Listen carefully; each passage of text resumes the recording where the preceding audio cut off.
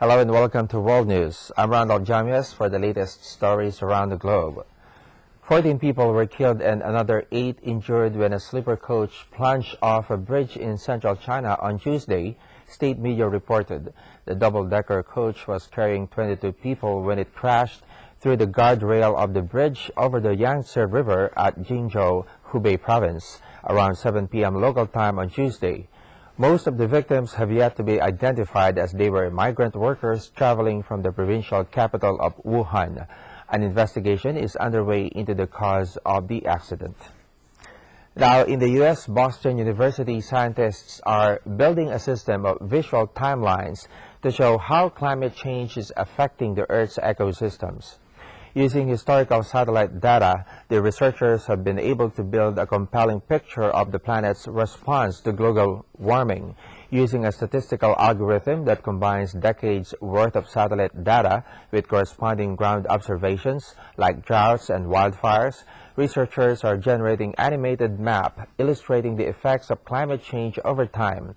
According to its creator, Professor Robert Kennedy of Boston University, the algorithm, called Land Trender, provides climate researchers with a powerful tool to track physical changes brought about by warmer temperatures. The satellite imagery comes from the Landsat program, a joint venture between NASA and the U.S. Geological Survey.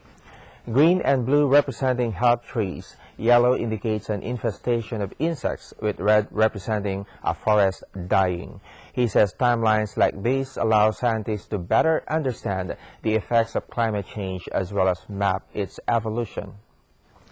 Meanwhile, in Russia, some 26,000 diamonds worth at least $162,000 and contained in transparent plastic bags in hand luggage proved too much for the nothing-to-declare lane at a Moscow airport.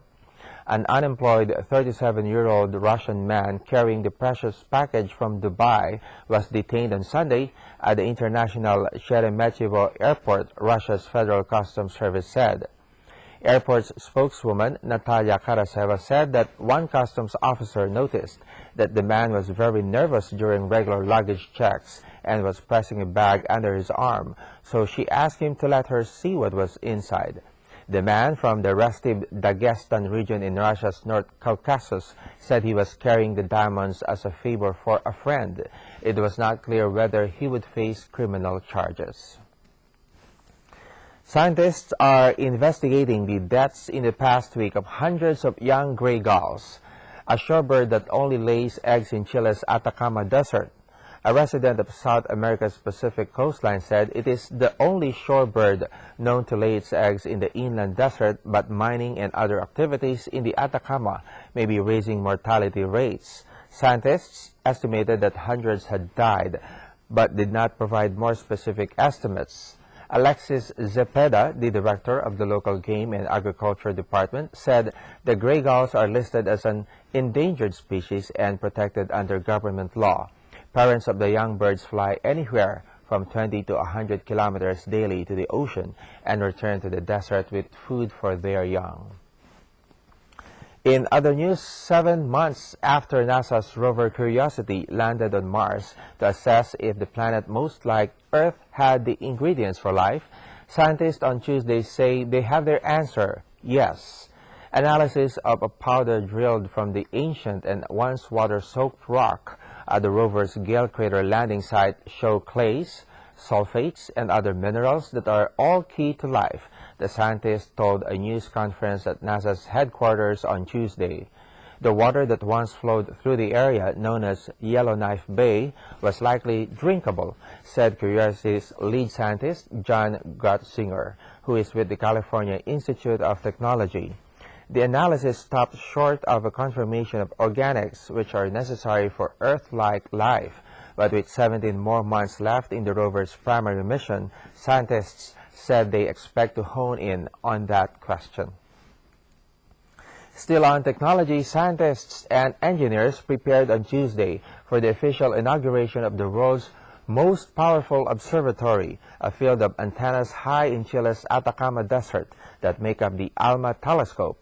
The $1.3 billion ALMA observatory promises to probe deeper into space than any other telescope. Tejas de Gros is the director of ALMA, short for Atacama Large Millimeter Array. ALMA will allow astronomers to study wavelengths invisible to the human eye. When functioning at full capacity, the telescope will produce images up to 10 times sharper than NASA's Hubble Space Telescope.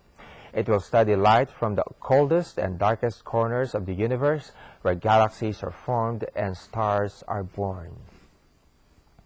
And finally, in sports, 8-seed Joe Wilfred Sunga withstood a fast start by Marty Fish in the second set to beat the American 7-6, 7-6 in a closely contested third-round match at the BNP Paribas Open on Tuesday. The big serving Frenchman clinched the first set 7-4 on the tiebreak, then trailed 0-4 in the second as Fish raced his game in front of loud home support at the Indian Wells Tennis Garden. The Frenchman swept through the tiebreak 7-0 as the American made 4 unforced errors, wrapping up victory in just over 2 hours with a forehand cross-court winner. Sunga booked his place in the last 16 for a 4th time in 6 appearances at Indian Wells and will next face Canadian Milos Raonic, who battled past Croatia's Marin Cilic 3-6, 6-4, 6-3 earlier in the day. Later on Tuesday, Australian Open champion and top seed Novak Djokovic defeated Bulgaria's Grigor Dimitrov 7-6, 6-1.